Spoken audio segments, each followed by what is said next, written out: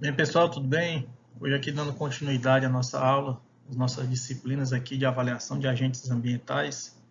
Hoje nós vamos falar a respeito do agente ambiental frio, né? Quais são as consequências que o frio pode trazer e qual a sua classificação dentro da legislação da higiene ocupacional, dentro da legislação trabalhista previdenciária. Tranquilo? Aqui só para fazer uma alusão, a gente vê o cristalzinho de gelo, né? Todo mundo tem vontade de ir na neve, mas a gente ficar exposto a temperaturas muito baixas durante um determinado período de tempo, ou dependendo do tipo de temperatura, até há pouco tempo mesmo, pode trazer consequências para o trabalhador que podem ser tanto irreversíveis como pode ser até a própria morte. Então é bom se evitar, se conhecer esses locais de trabalho e se trabalhar dentro das condições limites, né, dentro dos limites de tolerância. Só uma observação importante é que a gente não tem limites de tolerância na legislação brasileira, mas pode adotar os limites da ACGIH, ok?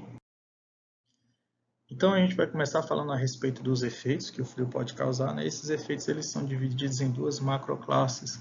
A gente vai ter os efeitos congelantes e os não congelantes, né? A diferença de um para o outro, acho que é um pouco óbvio. Os congelantes, existe o congelamento dos tecidos, né? Então, os efeitos não congelantes, a gente vai ter hipotermia, hipóxia, AVC, queimadura do fio, pés de trincheira e a síndrome de Raynaud, o síndrome dos dedos brancos, né? Esses aqui são os principais, não são os únicos, mas são os principais efeitos que o frio pode causar. E aí, os efeitos congelantes, a gente tem o frostbite, né? Frostbite. Esses aqui são os principais efeitos que podem ser causados pelo frio. Então, inicialmente, a gente vai falar aqui a respeito da hipotermia. A hipotermia que a gente tem a imagem do Jack da Rose. E aí a situação da hipotermia acontece quando a gente tem uma temperatura interna do corpo humano abaixo de 35 graus Celsius. Então, dependendo da situação em que o trabalhador ficar exposto a um determinado frio, não significa que seja abaixo de 35 graus, né? Isso aqui é bem comum até. Mas quando a temperatura interna da pessoa fica abaixo de 35 graus Celsius, ela entra no estado de hipotermia que pode chegar à consequência da morte, né? Bem, pessoal, um outro efeito que a gente tem é a hipóxia. A hipóxia, o que é? A falta de oxigenação. Então, assim, se o trabalhador também está exposto ao frio, vai acontecer uma vasoconstrição, ou seja, os vasos vão apresentar uma restrição maior à passagem do fluxo sanguíneo. Isso aí vai atrapalhar a chegada de oxigênio nas demais células, né? Inclusive no cérebro. Então, alguns sinais da hipóxia que se tem, né? Vai ser as pontas ou as extremidades, né? Os dedos dos pés, a ponta do nariz ficarem com a cor anil. Então, esse daqui é um dos sintomas da hipóxia. E a hipóxia ela pode chegar até a consequências fatais, porque quando você tem a falta de oxigenação no cérebro, né, então isso aí já vai provocar danos irreversíveis, podendo causar até a morte. Ainda falando a respeito desses efeitos, né, a gente vai ter o aneurisma. Né? O aneurisma ele pode ser causado por quê? Por conta também de vasoconstrições, né? Ou seja, o vaso ele vai estar muito restrito, vai estar com a seção menor, e aí isso daqui pode causar, né, a questão do AVC, acidente vascular cerebral.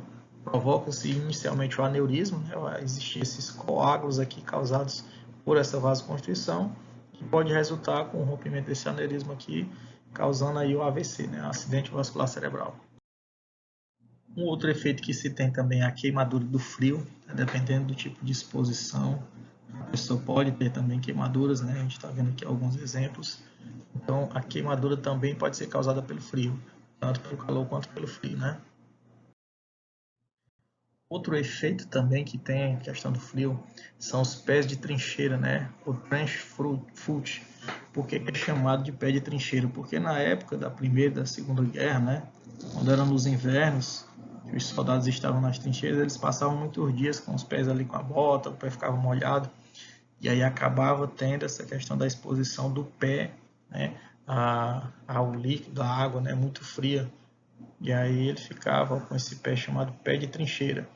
Isso aqui é uma coisa que é comum acontecer até aqui nas nossas relações de trabalho, quando a gente tem o pessoal que trabalha em câmara frigorífica. Às vezes o trabalhador fica muito tempo dentro dos locais frigorificados, né?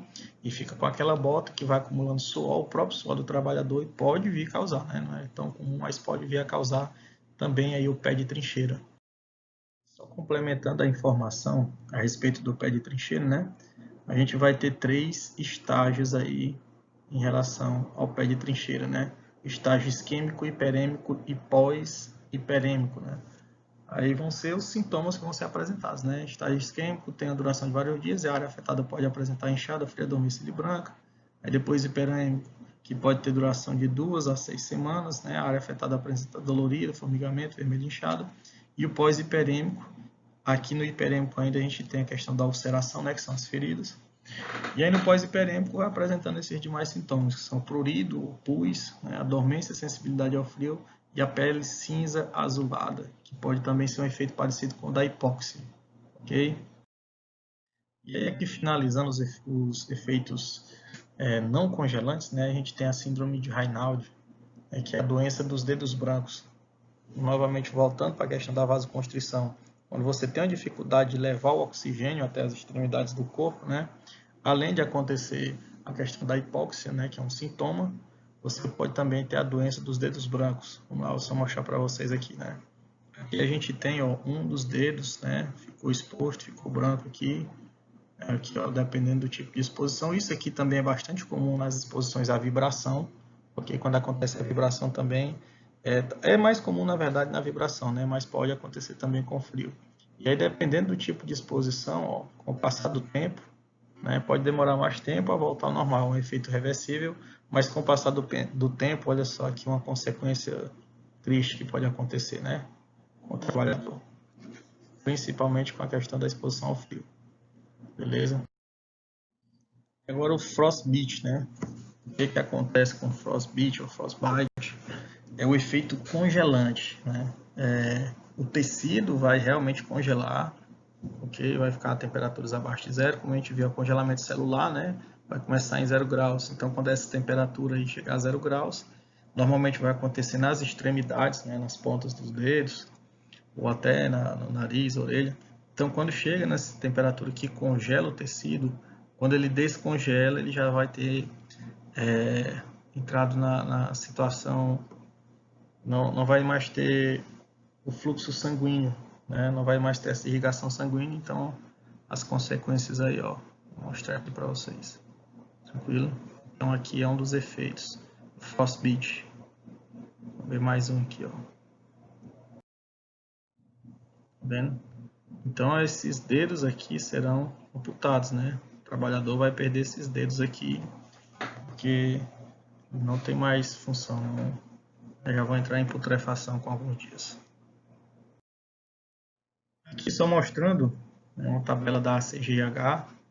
Essa aqui é a tabela número 4 da CGIH. Essa tabela aqui mostra a temperatura de congelamento, né, de acordo com a velocidade do vento.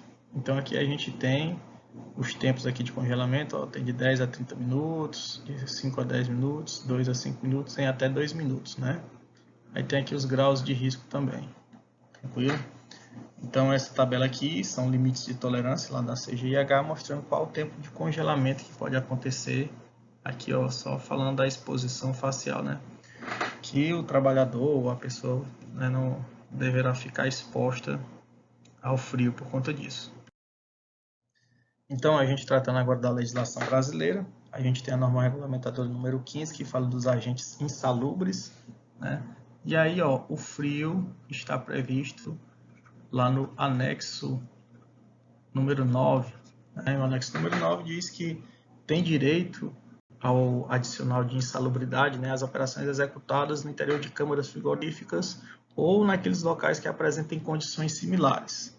Okay? Então, aqui eu estou mostrando para vocês o trabalhador aqui que está em câmara frigorífica, né, está saindo aqui de um caminhão, uma condição similar à câmara frigorífica. Então, a exposição ao frio para o Brasil aqui, ela se dá de forma qualitativa, né, aqui na NR15. Tranquilo? A gente tem outras normas regulamentadoras que também falam a respeito de frio, né? Como, por exemplo, a gente tem a NR29, né, que fala do trabalho portuário. Lá na NR29, o item 29.3.16 vai estabelecer alguns parâmetros lá para se trabalhar com frio. Então é interessante dar uma lida, que é só uma sugestão. E aí a gente tem também a NR36, né? NR36, que vai falar especificamente das atividades em frigoríficos. Então aí vai ter bastante coisa para se estudar, para se ler a respeito do frigorífico, e inclusive, né, a parte do controle ao frio. Tranquilo? Então, meus amigos, qualquer dúvida que tiverem, a gente vai estar no Classroom, você pode colocar lá ou pode mandar no grupo do WhatsApp, que a gente vai estar tirando as dúvidas juntos aqui sobre as nossas questões a respeito do frio. Beleza? Um grande abraço e até a próxima aula.